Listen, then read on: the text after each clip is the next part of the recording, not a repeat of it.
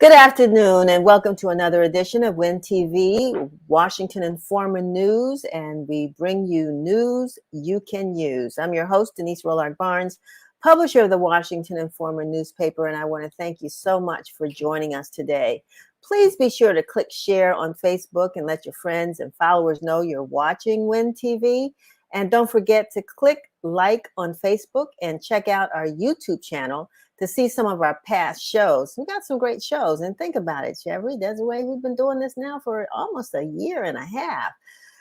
But we enjoy it, and we certainly want to make sure that there are folks out there watching, and we like your feedback. So send us, any views or thoughts or ideas you have about future shows, people that you'd like to see us interview, things going on in your community. We certainly do want to hear from you, and you can reach out to us at news, at washingtoninformer.com. That's news at washingtoninformer.com. And, just let us know what you would like to see us do more of here on WIN TV. Our reporters are hard at work, and we were always like to show this week's issue of the Washington Informer. It's on newsstands now. And make sure you pick up a copy. And if you don't know where to find the paper, just give us a call here at 202-561-4100. Again, 202-561-4100. One of the things I wanted to point out to you as well, we are doing a series with the Center for Public Integrity, and I may have mentioned it before, but a series called Our House. Keeping Homes Black-Owned in DC's Ward 7 and 8. And we're looking at the issue of gentrification, but also some of the other factors that are causing Black people especially to lose homes in the DC area, but specifically what some have called the last frontier in DC, which are Ward 7 and 8. So we would like for you at some point to subscribe to our newsletter. It comes out every other week. Digitally, and we certainly want to tell more stories. We've got a great story this week, and maybe you all have experienced this, but we've got a man named Mr. Lavelle Walls who's living in the house that his grandfather bought 90 years ago. His mother was raised in that house, and he was raised in that house.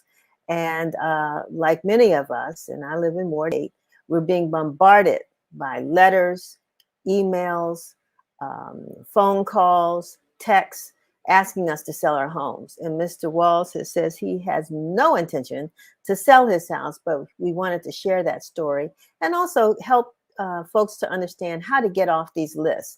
We did have some of those, we buy properties, cash now. We had one of those companies actually to talk with us and to tell us, if you don't want us to contact you, this is what you do. So you got to pick up a copy of the Washington Informer to see that, or you can go to our website, which is washingtoninformer.com. Go to our house landing page, and there you can read the story written by Kimberly Catadella, who is a fellow over at the Center for Public Integrity, who filed that story with us. And we have many more coming. And if you have a story you want us to tell, we certainly do want to share that. The other thing I want to say really quickly, and this is my baby now, KidScoop. If you all are picking up a copy of the Washington Informer, and even if you don't regularly pick up one, but you've got a little person in your house or in your neighborhood, and you want to do something to encourage them to read and to analyze and really to have fun, KidScoop is for them. So pick up a copy of the Informer. This week's KidScoop page just happens to fall on page 40. And it also helps them to understand how to read a newspaper and ask questions. And we're looking for reviews. So, if you have a young person or child in your household that's gotten a chance to read this and wants to submit a review, we're going to create, Desiree and I are talking now, we're trying to create some TikTok reviews of KidScoop, because our job or our desire is to make reading fun, but to improve the reading levels of our children. We know that we are way below average when it comes to reading scores. throughout the district, particularly our kids that are well, a lot of our kids are, and some of our adults are as well. That's why I like doing Kid Scoop also. It's fun for me. So pick it up and give us your feedback. And it runs every week in the Washington Informer. Again, our reporters, as I said before, have been hard at work covering the news about our community and telling you some of the things that are going on in your community. So support them by reading the Washington Informer and subscribing. We want you to stay tuned after we end. As you know, following our show is Bridge TV with the Media Prince, and who gives us what's going on DC, a kind of entertaining version of the news in our city, and also featuring a new artist in Sounds of the DMV. So don't go away when we say goodbye. Today, our segment actually is sponsored by AARP. And with that, AARP is focusing on a small, particularly Black-owned businesses in the DMV. And there's no better person to help to convey that message or to talk about the great things or benefits of Black-owned businesses is Antoine Ford, who is president and CEO of Enlightened Incorporated, a leading information technology and management consulting firm. He is also vice chair of the U.S. Black Chambers Incorporated, a national organization providing leadership and support for African American chambers of commerce and business organizations as they work to develop and grow Black enterprises. And so we're very grateful that Mr. Ford is going to be with us today. And he will be bringing along with him Anika Hobbs, who we've talked to before. But it's good to bring her back again because Nubian Human, the business she owns in Anacostia and also in Baltimore, is offering lots of wonderful Black-owned as well, natural hair products, paintings, wearable art, and uniquely made apparel. So to know, we crossed paths not too long ago, and we know how COVID-19 has impacted a lot of small businesses. And so Anika and Antoine will talk to us about how we can keep our businesses afloat, even in hard times. And then our reporter, William Ford, will be speaking with Wes Moore, a candidate from Baltimore for Maryland State Governor. And so we look forward to that conversation. So before we bring on our first guest, let's hear from our broadcast reporter, Curtis Knowles. This is WIN TV News, bringing you the news that matters. In response to the rapid rising in COVID cases, President Biden has announced a stringent set of mandates. Biden said that he is ordering all federal employees, including federal contractors, to get vaccinated, with no option for regular testing. Additionally, the president will require private sector employers with 100 or more workers to have fully vaccinated staffs or test unvaccinated employees regularly. The bottom line, we're going to protect vaccinated workers from unvaccinated coworkers, said Biden Thursday during his White House speech to announce the mandates. The Transportation Security Administration has increased the penalty for travelers who ignore mask mandates on planes, trains, and other modes of public transit. First-time offenders face a potential fine of between $500 and $1,000, with second-time offenders facing as much as $3,000. The Department of Homeland Security said that the new fines will take effect this Friday. The goal of the increased penalties is to stem the surge of the Delta variant of the coronavirus, says TSA officials. President Biden also spoke on the subject, saying that violators should be, quote, prepared to pay. Prince George's Community College has decided to eliminate the outstanding balances of currently enrolled students who attended the institution between March of 2020 and August of 2021. PGCC Vice President of Student Affairs Tyson Beal said that more than $2.87 million of debt was paid using the Higher Education Emergency Relief Fund from the Federal Coronavirus Aid, Relief, and Economic Security Act passed last year. Beal has said that more than 4,000 students have benefited from the debt forgiveness. The United States reflects on the 20th anniversary of the September 11th attacks this past weekend. The day shall be remembered in infamy as the terrorist group Al-Qaeda, led by the now late Osama bin Laden, took credit for the most coordinated attack on American soil. Jetliners crashed into the World Trade Center's twin buildings, as well as the Pentagon in Washington, D.C. Thousands perished in the attacks and are remembered through memorials and ceremonies. This is Curtis Knowles with WIN TV News. Thank you, Curtis. And I want to add, as this weekend, as we attempt to get back to things being as normal as possible, but we find that this COVID-19 is just not giving up on us. But there's a lot going on in the city. And so I want to tell folks, of course, 8th Street Festival's coming up this weekend. That's always a fun event. And if you can get out there, that'll be great. And a lot of other things we will be talking about as well as we go down through the month. But be careful, as you know, because we have some. I don't want to know if I want to call them visitors, unwanted guests, but protesters that are coming to Washington D.C. In support of those who it's called the Jan 6 rally, and so they have refenced the U.S. Capitol, put the fences back up. There's lots of security here in the city to keep the city safe, and while there are not expected to be large numbers, you don't need large numbers to wreak havoc. So just keep that in mind and be safe this weekend. And like I said, and be safe from COVID, because while we feel as if, I've been seeing folks at football games and all kinds of stuff going on in the city and across the country with people unmasked, just protect yourself. That's all I got to say is protect yourself. And so having said that, we're going to move on now to Antoine Ford and Anika Hobbs. We want to welcome you both back to WIN TV. Antoine, how are you? So we can't hear you, so we need we need to unmute you. I am unmuted, I think. I'm doing fine. How about yourself? Doing great, doing great. And Anika, welcome again to you too, to Thank you WIN so much TV. for Yeah. So I want to start, Antoine, with you because, I don't think we can tell folks enough about the Greater Washington Black Chamber and just, why the organization exists and why people should join. I mean, that's the bottom line. Why should a business be a part of the Greater Washington Black Chamber? Oh, yeah, that's an awesome question. Again, sitting on the national board. So I sit on the U.S. Black Chambers board as the vice chair. And we looked at chambers around the country. Right now, we have 150 chambers around the country serving 330,000 Black-owned businesses.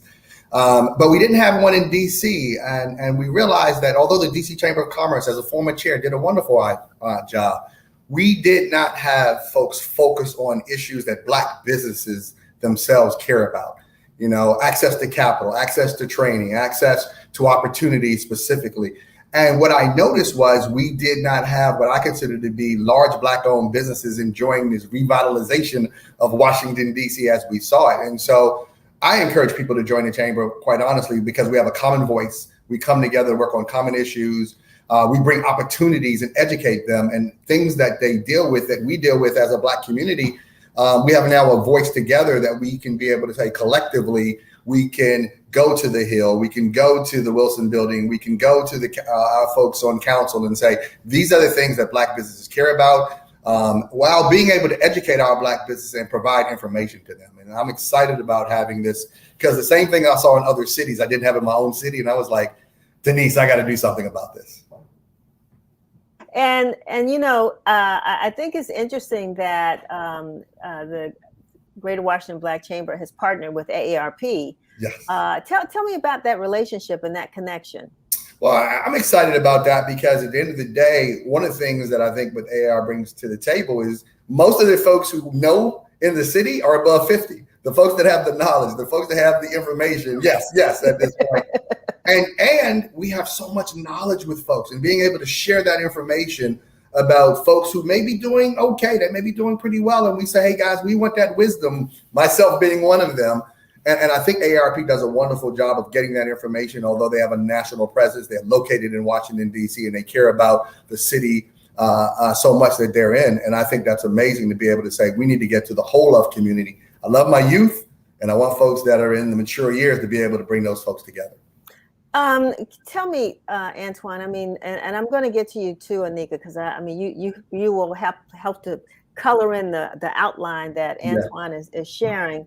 But, you didn't mention in going through that list about COVID and how that's affected businesses. But just generally speaking, what is the state of Black businesses, particularly in the greater Washington area?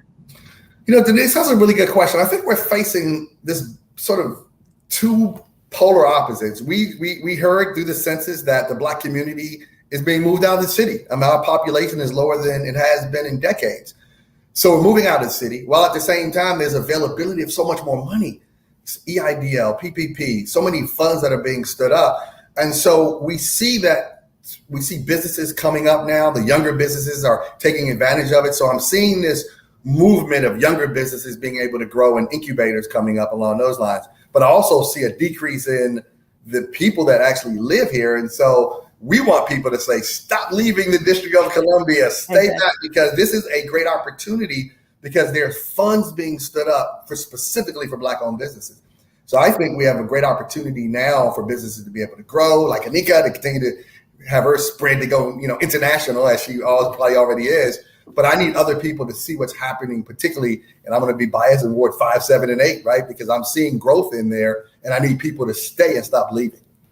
I think that's a good point, particularly, again, with AARP's involvement. And as a former state president, our membership in the district are in neighborhoods. I mean, they're in and one of the biggest chapters, I'm not sure if it's still the case, is over in Ward 7, which had well over 100 and some odd members.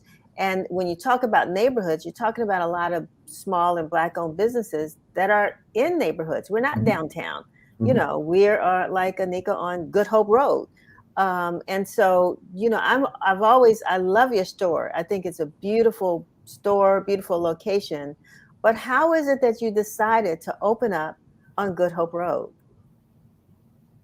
It's an interesting story. I, just like a lot of businesses, wanted to be on Front Street, wherever there was super high traffic. But one of the things that I always knew is that I wanted to be in a community that looked like me.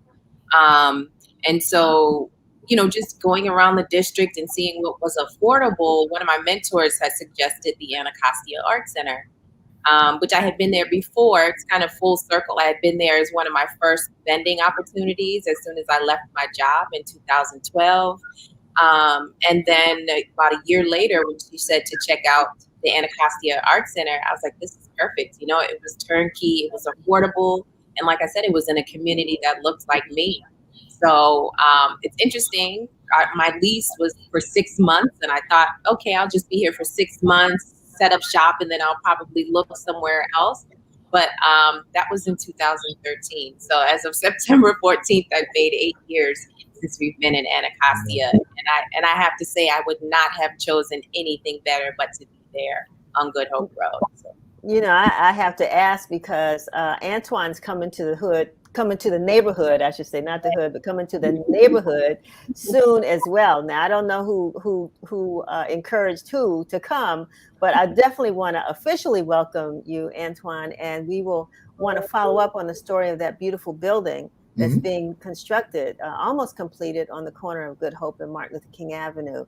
You want to tell us a little bit about that?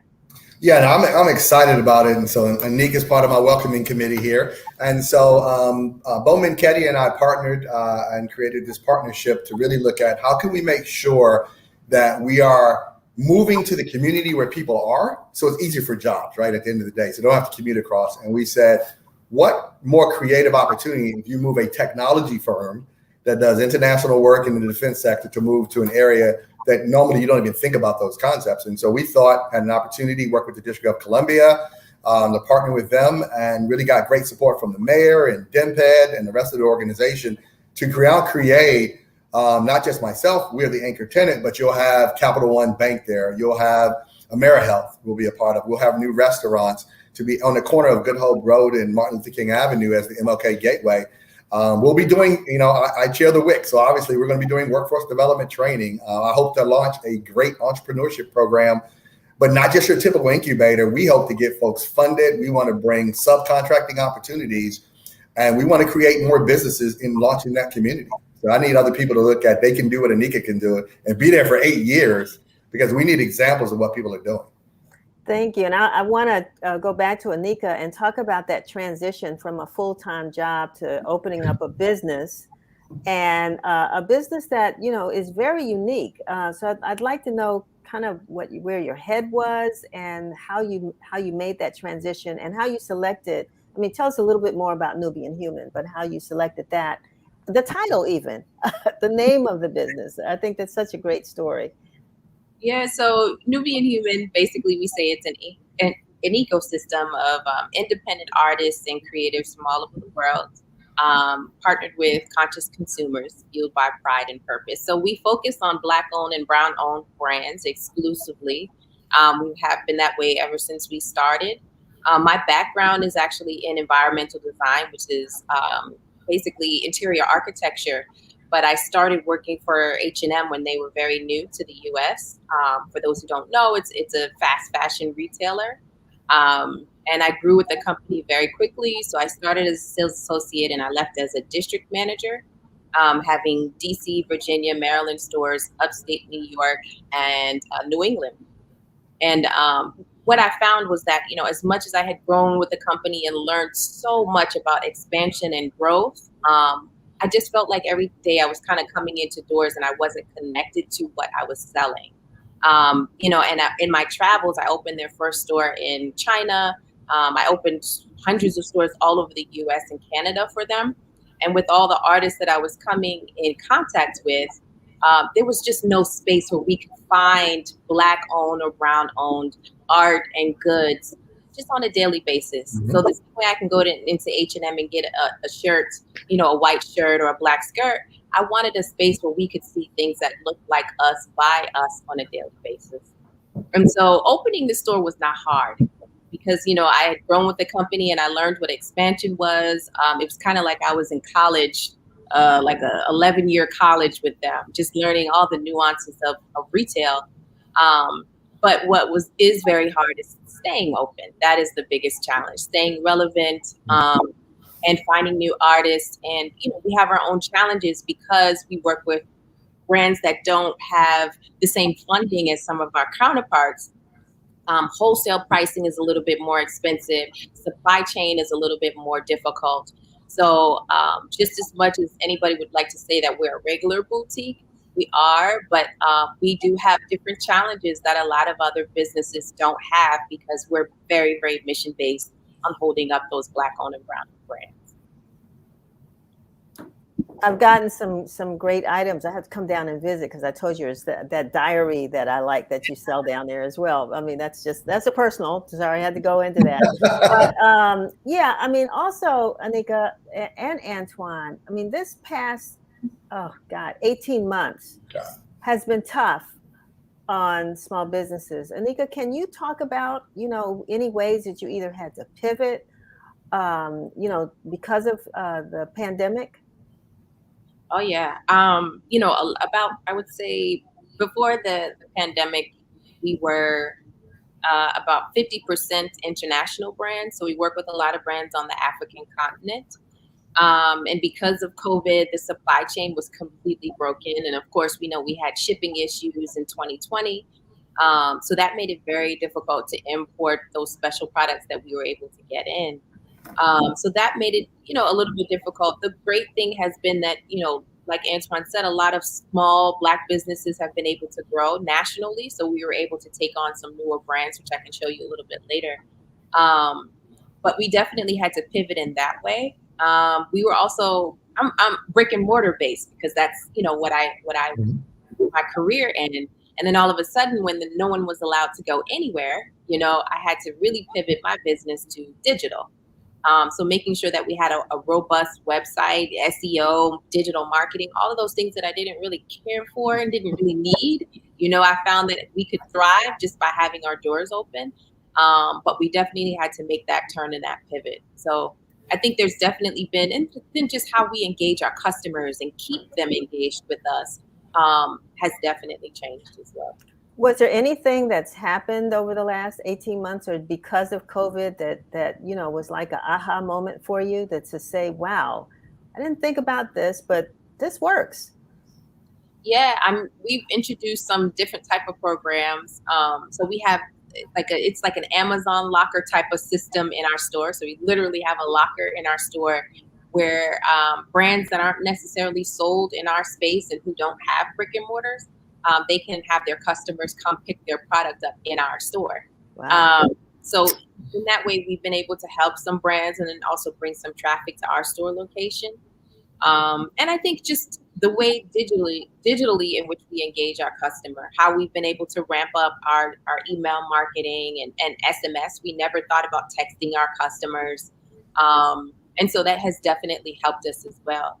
And then just getting creative with how we can continue to let them know of what we're doing and support Black-owned and Brown-owned brands in the process as well. So yeah, I mean, things are definitely different.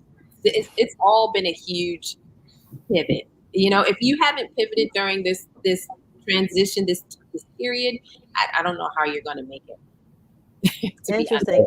Yeah, Antoine, I mean, is this reflective of a lot of the businesses that the Greater Washington Black Chambers has experienced, its members? What are you hearing from them? Yeah, it's same thing. I think those that pivoted well have now opened up new opportunities they would not have thought of. Those that did not pivot and got stubborn got in trouble. And so, you know, we had to do a good job in terms of those that were ready for PPP, help these guys. And we did a big education job to say, hey guys, we want to make sure you're doing that because we need to help them get their books together. We are trying to open up new opportunities. For example, like Pepco now, which we'll have an event with that. Pepco is saying, Antoine, we need to reach Black CBEs in the District of Columbia. Help us get to those types of entities. And so I think new partnerships are evolving and have evolved such that to meet the demand. And I think what really created the demand, not only was it equity, but was also as the workforce changed to say some people quite challengingly said, I don't want to come back to work. I don't feel safe. And so you had to be more creative about your workforce. You had to change your policies and procedures to let people work from home more.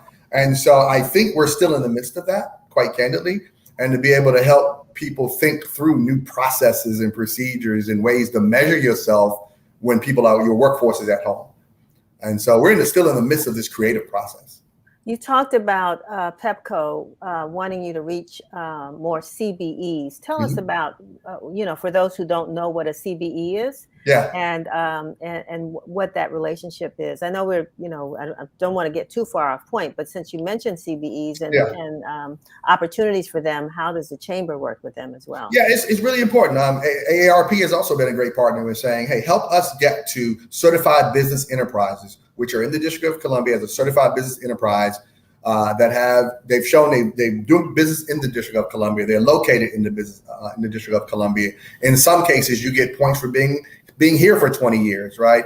And so they want folks that are certified so they can get credit for it, but they want people also that can do the work, and they will be able to provide opportunities to them to grow. And so Pepco's been very aggressive with it. They've come to us. AARP has said, hey, help us find these types of businesses, which is the value proposition that I think we saw in other cities that now DC is starting to realize that we have a lot of businesses, but they weren't collectively in one place, right? So our job is to create this concept of bringing them together and make it easier to do business with Black-owned businesses. And quite candidly, we do this around the country. Let's eliminate the excuse that you can't find a Black-owned business. We got hundreds of them, which is why it's so important to get them to come to the Greater Washington Black Chamber of Commerce. And, we have an awesome chair in Corey Griffin, who's been able to really lead this organization forward. But we need our members to say, hey, guys, when you come to us, I want to make sure we have enough members. When they offer businesses, we can get them of all types, shapes, and sizes. Well, I know as there's always been a lot of controversy around the CBE program. Yes. And as a CBE for several years, I mean, it's funny. Some of our businesses are so old that we forget what CBE stands for as well. I mean, we've been around 58 years and still, we became one, and we know the challenges, that companies face and the CBEs themselves of getting opportunities. And so it's a great thing that the chamber is going to support that. And so is there something a business needs to do in order, if there's a business owner out there, I mean, of course, it would be good to join the chamber. I definitely want to support that, and AARP, because I Yes. was a member of that as well. But I mean, what would have to happen, or what is it that you will be doing to support these CBEs? Yeah, once they join the chamber, our whole goal is we'll reach out to them, make sure we understand where their skills are, where their capacity and capabilities are. And then basically our job is to get them in front of the right person who has opportunities. And it's across the board, right? So from fashion, I got to mention that one, to construction, to technology, across the board, because they need all types. And indeed, as these individuals grow, we have opportunities with Fortune 500 companies, because they're also a member of the U.S. Black Chamber when they're a member locally.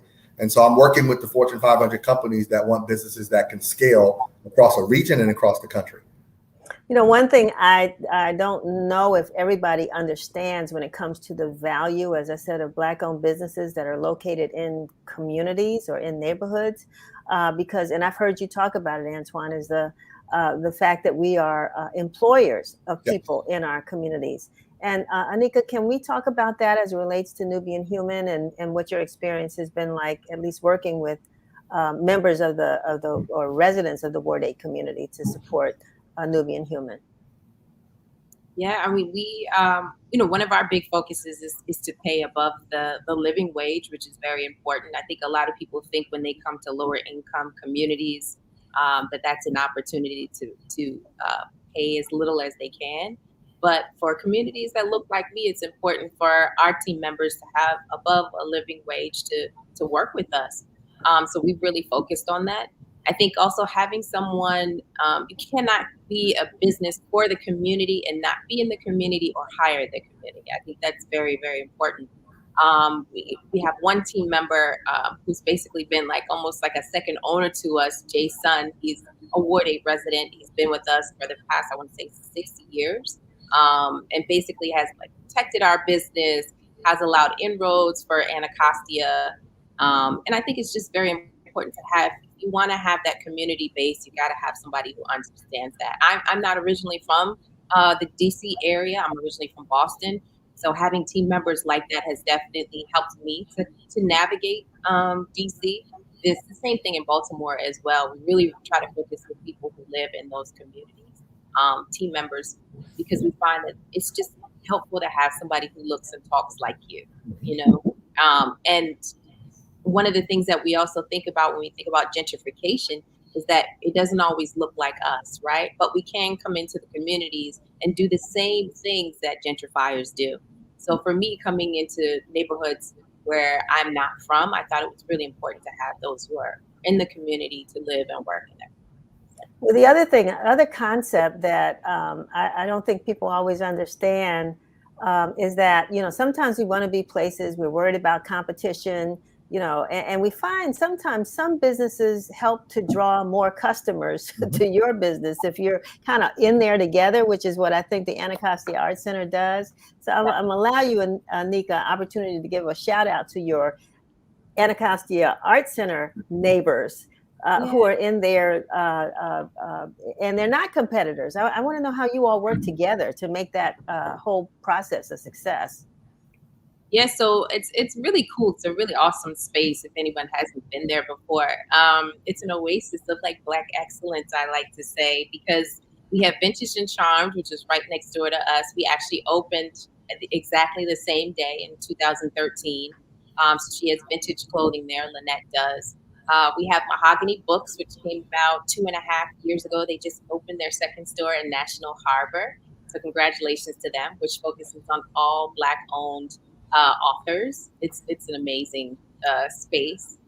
We have the Fresh Food Factory, which is across the hall from us, which is owned by Amanda Stevenson. So as you know, Ward 8 is somewhat of a food desert. So she has kind of like a health food grocer with really great foods that are good for us.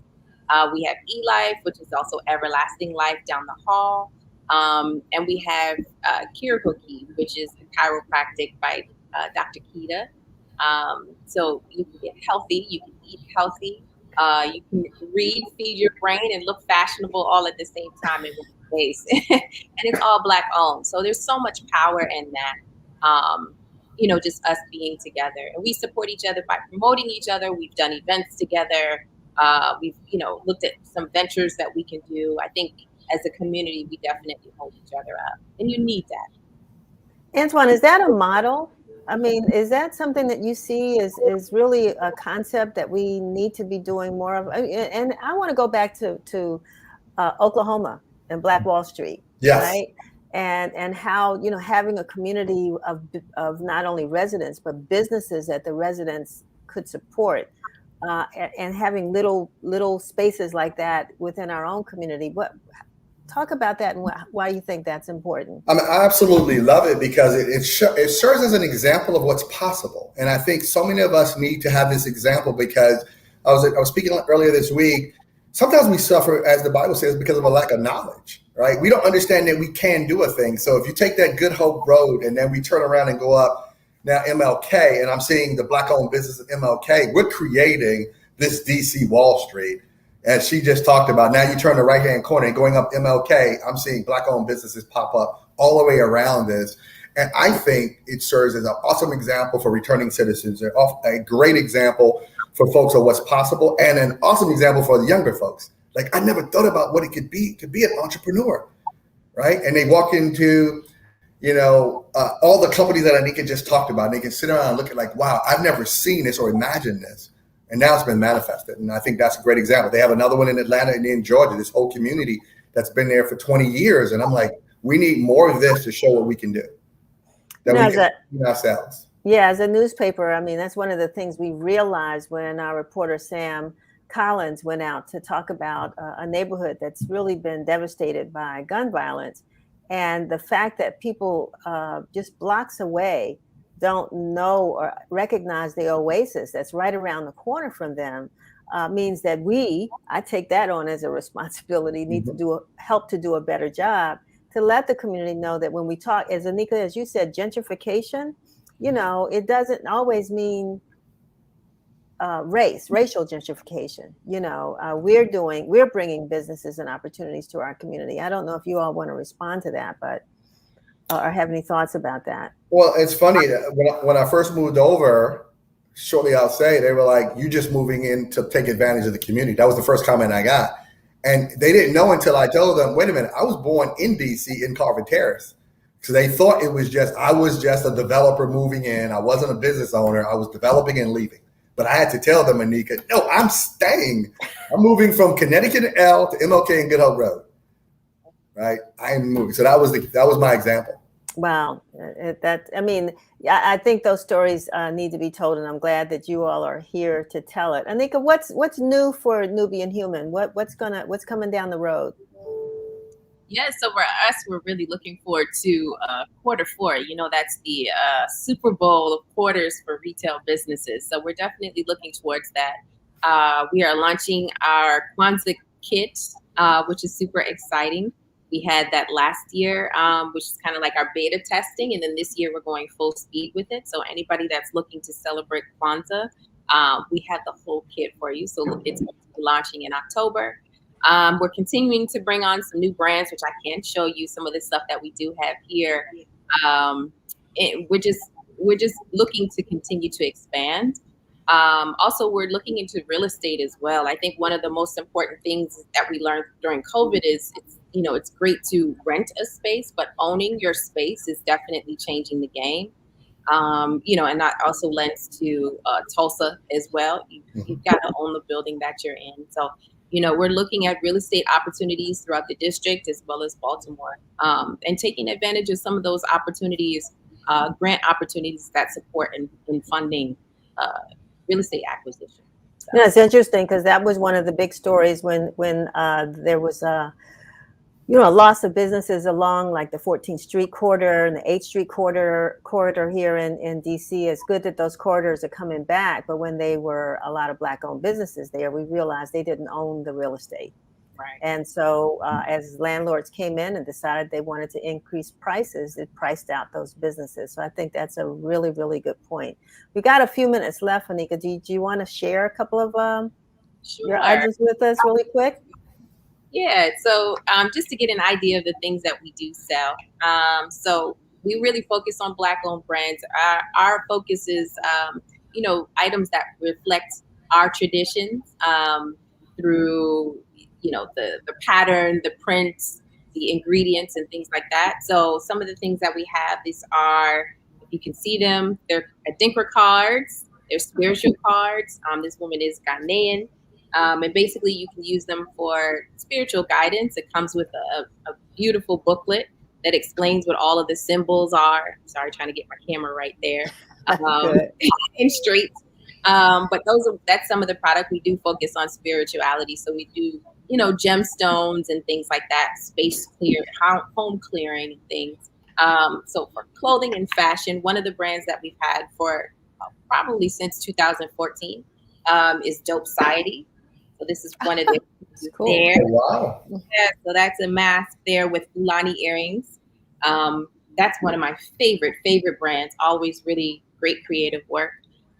One of the newer brands that we just recently brought on, which is located in Virginia, is Best Life Organics. This peach ginger right here is amazing. It's a body butter, but it also comes in a body wash. There's also various scents. It's been wonderful to bring this brand on. It's already a winning brand, which we love to find. And then we also have Boho Gal, which is actually, I'm in Georgia right now, so they're based in Atlanta. Their artists make everything in India. So, for example, my earrings, we actually have them in store right now, which are gorgeous. She also has bracelets, which are beautiful brass bracelets. I'm trying to turn properly. No, you're doing good. You're doing good. This love bracelet here, also this cowrie shell bracelet as well. So just goods that really, really reflect us and make us feel proud. You want to feel proud when you walk out those doors and know that the items that you have meaning and intention. And so we really focus on having an entire store that sells men's, ladies, kids, home, and beauty, really focusing on all of those points in our mission and our values. It's great to have the two of you all here together to talk about a specific business that sort of pays it forward and, supports a lot of other Black-owned businesses, and Antoine representing an organization that provides opportunities. And before you go, I'd love to know about some of the resources that the Chamber, Greater Washington Black Chamber, offers, and locally and federally. I mean, what do you all have that we can take advantage of? Yeah, no, I'm really glad you asked that question. One of the things that we were looking at, we mentioned earlier, we are working with almost all of the local businesses here, the larger businesses, for opportunities. So the AARP, the PEPCO, we're working with some of the downtown organizations in construction. So if you have a company and you're looking for opportunities, please join and contact us, because you give us the ability to say, yes, we do have these companies. We're working with, obviously, the District of Columbia on the grants for small businesses. And so they have a lot of grants and opportunities that we're trying to leverage to get into the hands of Black-owned businesses for development. Anika, you're talking about something in terms of developing an ownership. There's federal grants that we're trying to leverage to put in the hands of folks looking for those types of opportunities. Obviously, because we're a part of the U.S. Black Chamber, we're working with the administration on new programming coming out in this next fiscal year, and the funding for Black-owned businesses specifically to grow and scale around workforce development. We'll be partnering with workforce organizations to be able to underwrite and training, so we get people's jobs, and then you're able to support the training while they're being trained to support a percentage of their salaries. Wow. And so we want to look at the whole gamut of training, because Anika said something earlier, Denise, you mentioned it, Black folks hire Black folks, right? And small businesses are able to give jobs. And so the more we're able to do it in the neighborhoods where they work and live, the more they're able to stay and thrive in those neighborhoods, which is important. All right. Well, that's the good news. That's what we wanted to spread today. And to thank AARP for helping to bring this program to our viewers. Antoine, before we go, we'd like to put up on the screen how people can reach out to the Greater Washington Black Chamber. Yeah, so they go to www.gwbcc.org. That's www.gwbcc.org. Go to that. You can register for the website. And there's also a link on there for information that'll go to our folks, and we'll make sure we get back to you. Again, www.gwbcc. Okay, Greater we're going to Washington Black correct Chamber that. of Commerce. Okay, all right. We will correct that. And Yeah. Anika, I have Desiree like trying to get on it. And Anika, give us the address of Nubian Human. Where are you located? Yes, so we're located at 1231 Good Hope Road in Southeast DC, inside the Anacostia Art Center. 1231 Good Hope Road, Southeast. Yes. All right. Okay. If they didn't get that, I don't know. But anyways, 1231 Good Hope and www.gwbcc.org. Okay. All right. I just wanted to get that in before we go. I want to thank both of you all for being with us today. Have a great weekend. Stay safe, and we'll talk soon. Thank you. Thank you so much. All righty. Okie doke. That was good. I learned a lot myself in that conversation. And it's always great to talk to both of them. And if you haven't been to Nubian Human, make sure you go down and check them out. Tell them you heard about the store on WIN TV. And even if you forget to do that, just go down and see what wonderful things she has there. And we're going to be following up with Antoine on the opening of the Gateway project that's coming to Ward 8. Again on the corner of Good Hope Road and Martin Luther King Avenue. So you can hear more about that and this beautiful location that's sort of bringing folks into a community that may have a lot of the same people, we hope, but a brand new look. So we welcome Antoine and Enlightenment and his all that he's bringing to the Ward 8 community to join the rest of us who are continuing to stay strong here in Ward 8. Now I'm happy to bring on Prince George's County editor, Will Ford, who is going to talk to Wes Moore. Hey, Will.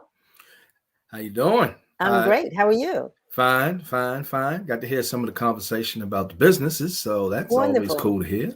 Are you running out of fingers for gubernatorial candidates? I mean, are we at 10 yet? Nah, 9. Oh, 9. Wait a minute, here's my thumb. 9. There we go. Fantastic. I mean, it looks like it's going to be a great race. And you have to say, I mean, the caliber of candidates are it's going to be a hard choice for a lot of people. Well, when the Democrats talk about the number of people running, they say, well, this is what you have in a Democratic choice.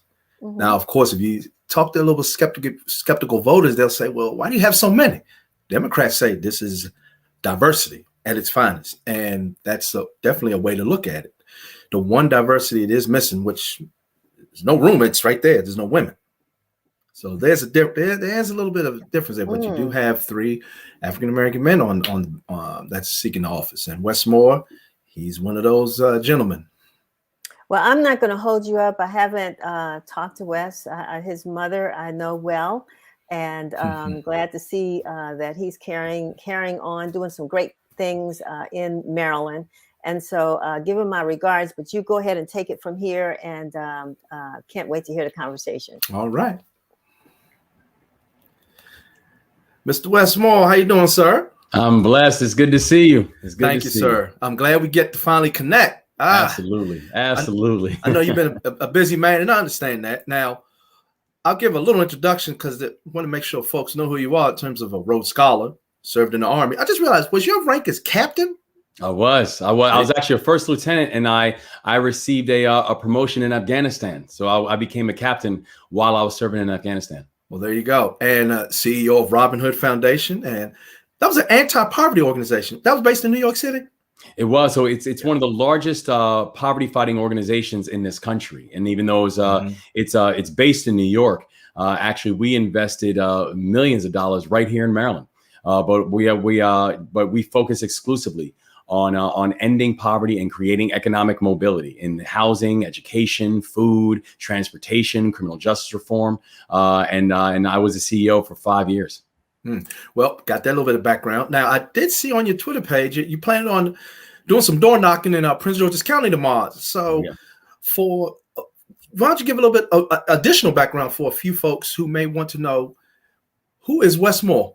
Yeah, well, I'm a person who's really a son of this state. I mean, this is the state where I was born. It's where I came of age. It's where I fell in love. My wife and I are raising our kids, and the real reason I'm running for governor is because as beautiful and as wonderful a state we have, we're also remarkably inequitable. That we are a state that's one of the most affluent states inside this country, yet 45% of our children live in poverty. Where we have some of the best medical institutions in the world, yet people who live down the street from them cannot afford to be treated in them. Yet while we are one of the most affluent states in the country, despite the fact that if you think about the wealth gap, the racial wealth gap in our state is 8-to-1. 8-to-1 racial wealth gap in the state of Maryland. And so I'm running for governor because I believe that my unique background of being a chief executive in the private sector, being a chief exec, having run a successful small business in Maryland, being the chief executive of one of the largest nonprofits in this country, where during my time as CEO, we allocated close to $750 million towards the work, and being and also serving and leading troops in combat, that we have a unique opportunity right now to be bold and to be future facing in the policies that we put forward. I just realized I forgot to mention this. You're an author of 2 books. And one of them talks and gets deep into detail about the unfortunate unrest and the death of Freddie Gray in 2015, being that you're a native Baltimorean. What did you learn from that unfortunate tragedy to what makes you stronger today? Yeah, the thing that I really learned about it was, when we spend so much time talking about what happened to Freddie that day, and we look at how, this is a 25-year-old young man who made eye contact with police, and an hour later he was in a coma, right? And we spend so much time correctly focusing on what happened in that hour where a young man makes eye contact with police and ends up with a coma and then dies a week later after he does not come out of the coma. But it's important to understand the fact that the police department wasn't the first system to fail Freddie Gray. It was just the last.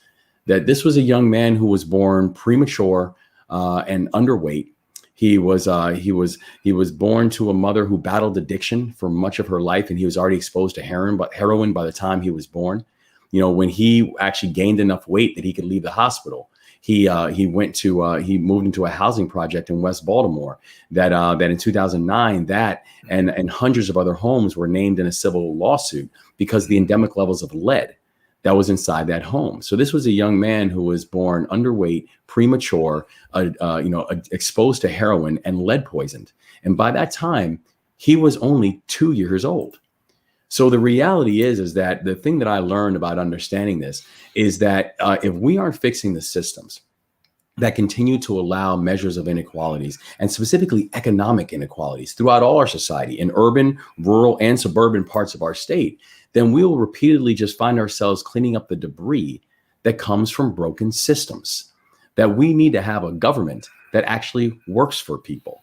And I think it was a core reason and a core motivation as I began to continue to understand the life of Freddie and what was happening in Baltimore and throughout the state of Maryland, that I realized that we have a unique opportunity to lead and to actually address these things at their root, instead of repeatedly finding ourselves thinking that good deeds alone will somehow lead us out of darkness.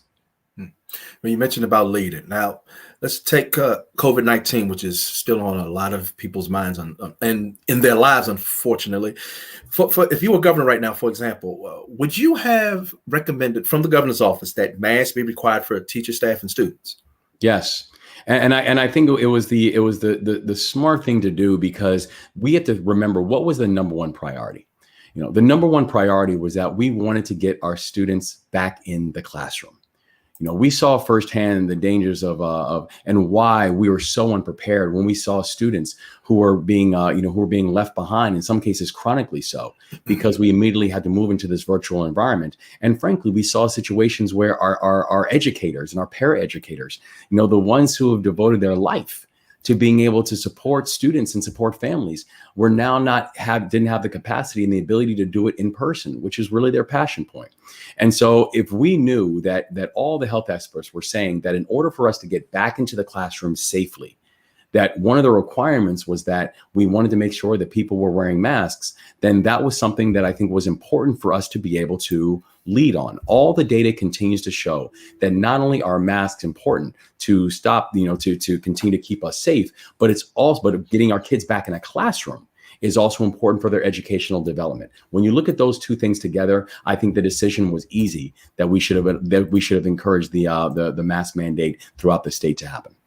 Okay. And about a couple more policies while we have a few minutes left. There's current discussions about sports wagering in the state, and there's an upcoming meeting about that Monday afternoon. Where do you stand on sports betting? Yeah, well, I think that as we're moving forward, the thing we have to remember with this whole conversation is the conversation around equity. One thing that we continue to see is that as these industries are coming on board, and whether you're talking about what was happening with sports betting or frankly, what we saw, throughout the years past when it came to medical cannabis, we almost looked at the equity conversation as an afterthought. That's something that just can't happen within the state of Maryland. And particularly when you look at the data that continues to reinforce the points that I was making before about the fact that we are a tremendously, affluent state, yet at the same time, we still have significant gaps when it comes to, the wealth gap. These are things that we have to be proactive and deliberate when it comes to thinking about how does equity fit into this conversation. And so I think as we continue to move forward and as we continue to move down the line, it becomes imperative that we actually add an equity lens into how we're thinking about this work. I would love to have some more time, but I don't want to hold it up. But two more questions I have, sir. Now, if you elect a governor, you mentioned equity. How diverse would a Wes Moore administration look? It would be the most diverse administration in the history of this state. And when I say that, that includes how we're thinking about everything from our cabinet secretaries to how we are thinking about our agency heads, that we need to have an administration that actually looks like the state of Maryland. And right now, we do not have that. If you look at how the current cabinet actually looks, in no way, shape, or form on any diversity measure are we there. And so I think particularly as we're looking at the new census numbers, the fact that we're very proud of the fact that the state of Maryland is now the first state in this country that is majority people of color.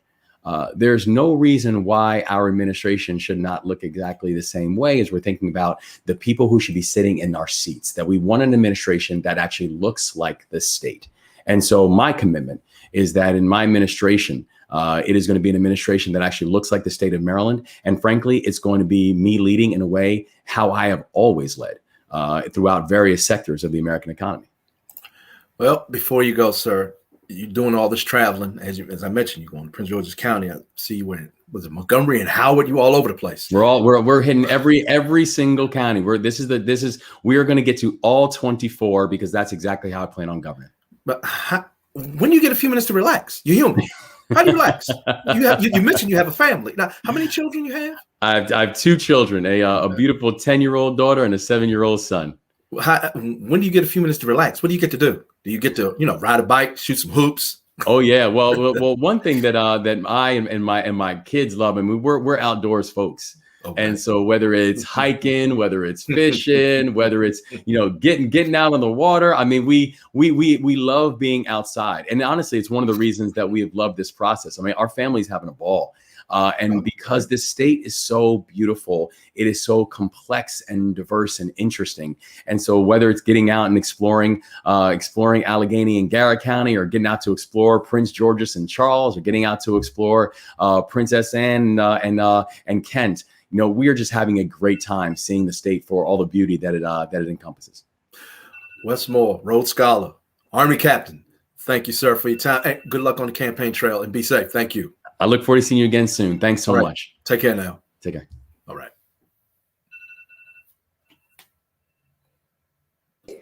Well, that was great. That was great. And I love the way you end those interviews, because, we're always talking about the work, what issues, but then there's the human part. And I love that part of your interview. So I thank you so much for bringing another candidate, Wes Moore. And I think he is the final Democrat, knock on wood, because still have February 25th. So people can still come in, but I believe that may be the final Democratic seeking the Democratic nomination. Well, I know you'll be tracking it, and Absolutely. We certainly will be here to see what you come up with. Mm-hmm. And then we'll be hearing from them again as we get closer to find out actually how the election is going. Absolutely. Thank you. All righty. Thanks a lot. Have a great one. Take care. All right. And thank you all for being here for another edition of Win TV. We want you to have a very safe weekend, and we will see you next week. Don't forget to stick with us for WI Bridge TV with Sounds of the DMV and What's Going On DC with the Media Prince. This is Denise Rollard Barnes. I'll see you next week. You got it right.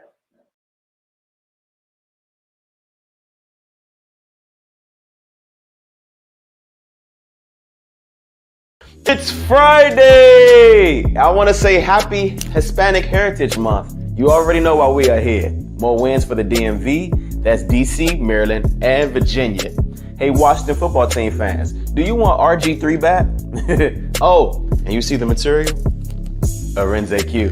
Ladies and gentlemen, welcome to What's Going On DC.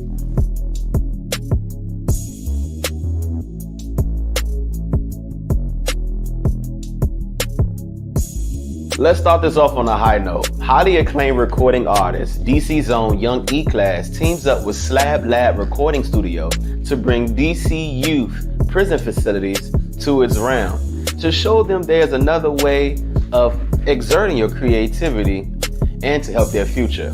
Check out this content courtesy of Big Mouth Media. I got a good day ahead of me. I'm headed to DC Juvenile Facility, you know, to go up for the youngins. We'll go for a Slab. They recording studio. We're gonna go up in there, take the recording equipment up in there with the juveniles and let them rap, man. Let them record. Teach them how to rap. Teach them how to record. All that shit, man. A lot of them got part of juvenile life. They in there for murder, carjacking, robbery, stabbings, all that shit. So I just go in there and vote for them for the day, man. And I love my youngsters, especially my, you know, my, as they call them, delinquents. I remember that used to be me. I caught my first child when I was 11, armed robbery jump. So I understand them completely. Asian doll with a message for Virginia. Hey, it's a Nigerian link up. Check out this pic of a day, Wale and Wizkid. Yup, the star behind Essence. Congratulations to DMV's own media maven, Britt Waters. Check out why now. Here she is, ladies and gentlemen, Britt Waters. She is our newest co-host here on Good Morning Washington, and we are so excited to have you. She's also going to be, by the way, doing traffic from 5 to 9 a.m. on 7 News. So welcome. Oh my gosh, this is really happening, right? We've been talking about it for a while, so for it to finally happen, it's happening. Let's keep it going with congratulations. This time it goes to DMV's own Just Hilarious and Chico Bean, as they were just announced as the new hosts with Charlamagne Tha God and his new show coming to Comedy Central. Y'all remember this beauty from Howard Homecoming? Well, now she is attending events like the Met Gala. I know that's right. But just from that epic Howard Homecoming photo, she is now taking the model world by storm. Take a look.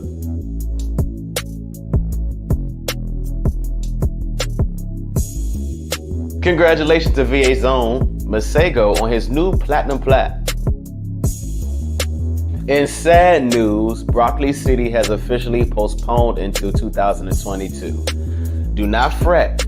All tickets will be refunded in 14 days. But let's clap it up for a true authentic brand that actually cares about our well-being and not chasing the dollar. Broccoli City has really been in the community and helping us sustain in a major way. Rico Nasty gets cracked. There we go. All right, there we go. No, you're fine. All right. So I'm gonna grab it by the sole right here. Oh my god. And locked in. Drop your head right here. Just play that for me. Good. Relax your arms. Good job. Now, boom. So fellas of DC, are we the most unfaithful husbands in America? Well, according to Ashley Madison that was just on Fox, we are number 3 in the country. Nearly 200 students living in George Washington University's Townhouse Row Ave are being relocated to 8th Street and 23rd Street in Northwest for 2 to 3 weeks after environmental concerns related to water infiltration was discovered. And RG3 posts this pic with the caption, "Make the call." Should the Washington football team make the call? Let's see what some of the critics say.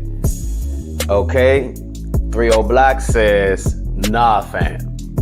Shot by M.O. Bree says, "Nah, bro." Okay. Made in the DMV says, "No." Others are just laughing. Others are saying, "Are you tripping?" Hell yes. Hell no. And sure, if they become the Redskins again. It was at this point I learned y'all have no chill. Well, folks, we have reached the end of the road. Another week of what's going on DC. Until next week, we are headed out. For all this and more, head over to WIBridgeDC.com to catch up on everything and to read up on DMV greatness. Make sure you subscribe to our YouTube and follow us on social media. And make sure you're hitting those hashtags WGODC and WIBridge TMP style. Signing off. Y'all have a safe weekend.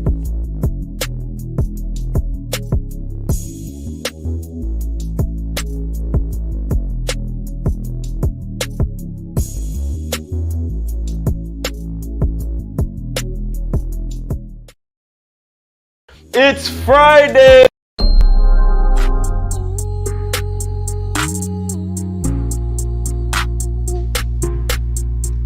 I'm $2.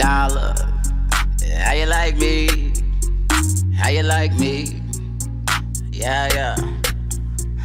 How you like me? How you like me? I got up all the way, but my ear to the street. I know some real goons and I keep them at reach. With the grill for the heat, they fillet your beef. I do my own thing, cause I'm a different breed. I'm fearing no man, cause they bleed how I bleed. And if I bleed, it's for my team. That's real love, FOE. MOB is what I believe in, the law I trust that's guiding me. My 9 on time like the boy Drew Brees. I gotta be safe cause I'm from DC. I got my own wave, you ain't riding for free. Yeah, freestyle, but my styles ain't free. I smile on my face, yeah, I spread that glee. Get the hate about your heart that don't look good to me. Shoe fly, nigga, don't bother me.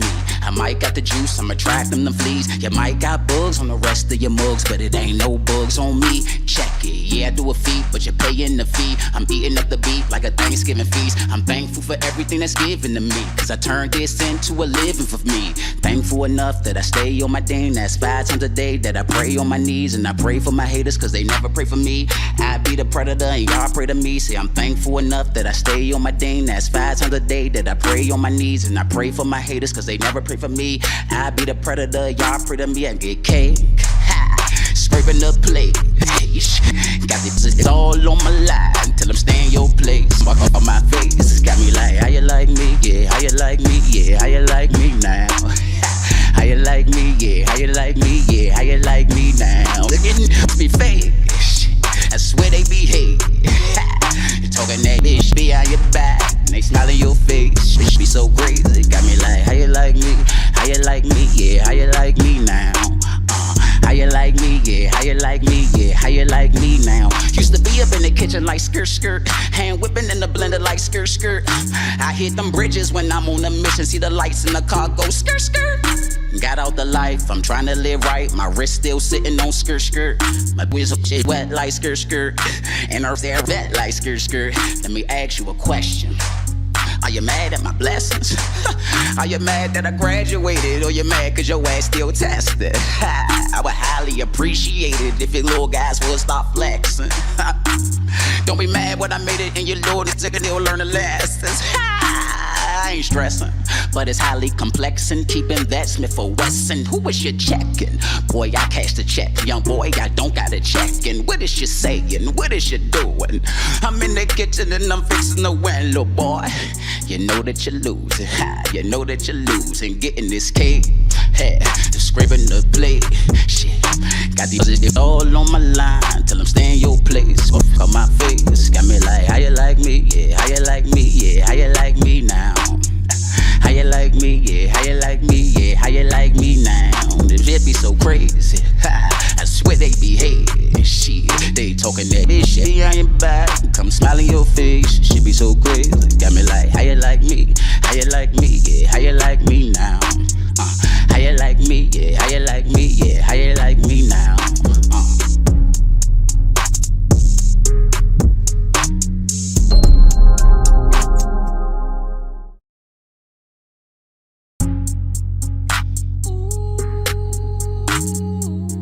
Some of the musical history in my family was my grandfather, Joe Tate. He was a big producer back in his day. People like 21 Savage had sampled his music. I love you for so many reasons. That was one of his. He actually did a lot of production for Chuck Brown as well. So that's where I get my go-go roots from.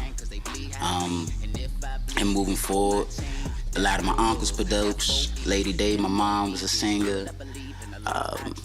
So it's just been in me since I've been a kid, you know. It has inspired me because I seen not just what music could do to enthuse a person, it could influence a person, it could motivate a person. It's healing, you know. So it wasn't just the music, it was the message that you could deliver through the music. So that was the inspiration for me. I'm eating up the beat like a Thanksgiving feast. I'm thankful for everything that's swing. Rap and go-go, between hip-hop and go-go, what influenced me more was hip-hop. Again, the artist that was in hip-hop, I didn't really get my go-go feet until I was in junior high school, you know, but I was listening to hip-hop since I was a kid. I was reciting Tupac lyrics since I was a baby, you know what I mean? The difference in go-go is the improvisation, is the raw, true impact of music that you can't get. When you're doing live music sometimes, you might come out there, you practice a whole set, and you ready to go perform what you practice, but you get a whole different crowd, so now you have to cater to that crowd, you know? So with artists, hip-hop artists, you usually coming to hear what you already like. Fans are coming to hear what they already like. Go-go artists, we more cater to the audience. So if I have an older crowd, I might do more two-step music. If I got a younger crowd and I got more ladies out there, I know I gotta turn them up a little more, you know. And they're that like skirt. Let me ask you a question. Yes, I do have a couple projects. My go-go band, N2L, they about to drop an album called Unfair Crank. Y'all pay attention to that. That's coming out on all platforms. And me, I'm coming out with my next EP real soon. It's untitled right now, but my next EP is coming out. I have a video called No Cap coming out next month. Y'all just tune into my Instagram, $2 No Washingtons, and stay tuned because I got a contest coming with that. And that's pretty much. It's pretty much it. Getting this cake, hey, scraping the plate. Y'all make sure y'all go follow me on Instagram, $2 No Washingtons. All right, $2 No Washingtons. That's how you like me, yeah.